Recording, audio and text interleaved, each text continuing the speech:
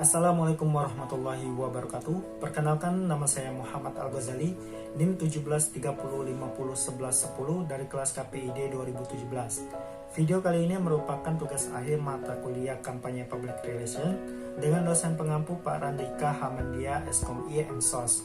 Langsung saja saya akan menjawab pertanyaan-pertanyaan yang sudah diberikan. Pertama, mengenai pengertian kampanye PR. Kampanye PR dapat diartikan sebagai rangkaian kegiatan komunikasi yang dilakukan secara intensif dalam jangka waktu tertentu yang bertujuan untuk meningkatkan kesadaran dan pengetahuan halayak sasaran mengenai suatu lembaga atau organisasi, dan juga sebagai cara untuk membangun opini positif yang dapat berdampak pada citra baik yang ada dalam suatu lembaga atau organisasi tersebut. Lalu pertanyaan kedua mengenai jenis-jenis kampanye PR. Menurut Charles Larson, ada 3 jenis kampanye PR. Yang pertama, product oriented campaign, yaitu kampanye yang berorientasi pada produk. Biasanya aktivitasnya dengan melakukan kegiatan-kegiatan sosial yang bertujuan untuk membangun image terhadap suatu lembaga ataupun organisasi. Kedua, itu candidate oriented campaigns, yaitu kampanye yang berorientasi pada suatu kandidat yang didorong oleh kepentingan-kepentingan politik. Biasanya kampanye ini itu ada pada kegiatan-kegiatan kampanye politik seperti pemilu, pilkada, dan lain sebagainya. Ketiga, itu ideologically oriented campaigns, yaitu kampanye yang berorientasi pada tujuan-tujuan khusus yang digunakan untuk menangani masalah-masalah sosial melalui perubahan sikap dan perilaku. Kampanye ini biasa dilakukan oleh lembaga-lembaga non-profit, baik dalam lembaga pemerintahan maupun swasta. Contohnya seperti kampanye mengenai pola hidup bersih dan sehat, kampanye narkoba, kampanye keluarga berencana, dan lain sebagainya. Lanjut, pertanyaan ketiga mengenai seberapa penting aktivitas kampanye bagi seorang PR. Menurut saya hal ini sangat penting, karena terkait dengan tujuan dari kegiatan-kegiatan yang dilaksanakan oleh PR. Salah satunya itu untuk mempengaruhi publiknya, dengan melihat sejauh mana publik tersebut dapat mengenal dan mengetahui kegiatan-kegiatan yang dilakukan oleh suatu lembaga atau organisasi. Nah, publik itu sendiri terdiri dari 3 posisi. Posisi pertama itu posisi mengenal dan menyukai. Posisi kedua itu posisi publik yang mengenal tapi tidak menyukai. Ketiga itu posisi publik yang tidak mengenal dan tidak menyukai.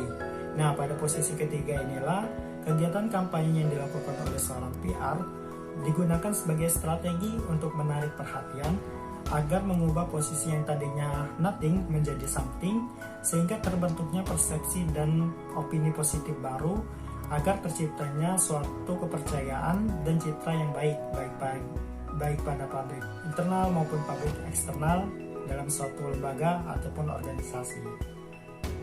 Pertanyaan terakhir itu pertanyaan keempat mengenai jelaskan masalah yang dihadapi seorang PR ketika melakukan kampanye serta berikan solusinya.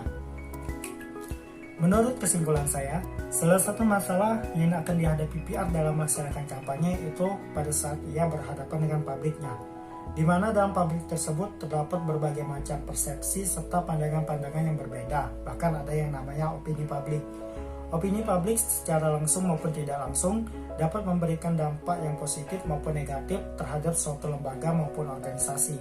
Bahkan menurut Frank Jeffkin, sebuah lembaga atau organisasi itu merupakan subjek dari 4 hal negatif. Yang pertama itu adanya permusuhan, kedua itu adanya persepsi-persepsi yang tidak diketahui kebenarannya, ketiga itu adanya publik yang bersifat apatis, dan terakhir itu bahkan adanya publik yang tidak mengetahui mengenai suatu lembaga atau organisasi tersebut.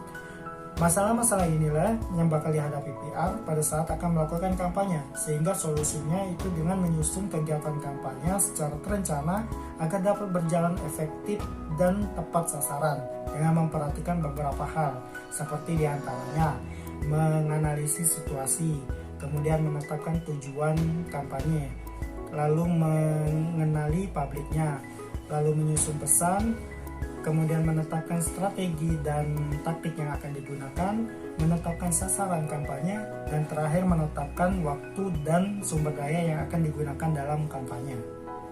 Demikianlah itu jawaban dari saya mengenai soal-soal UAS kampanye Public Relation. Apabila ada kekurangan dan kesalahan, saya mohon maaf, dan kepada Allah saya mohon ampun. Saya akhiri.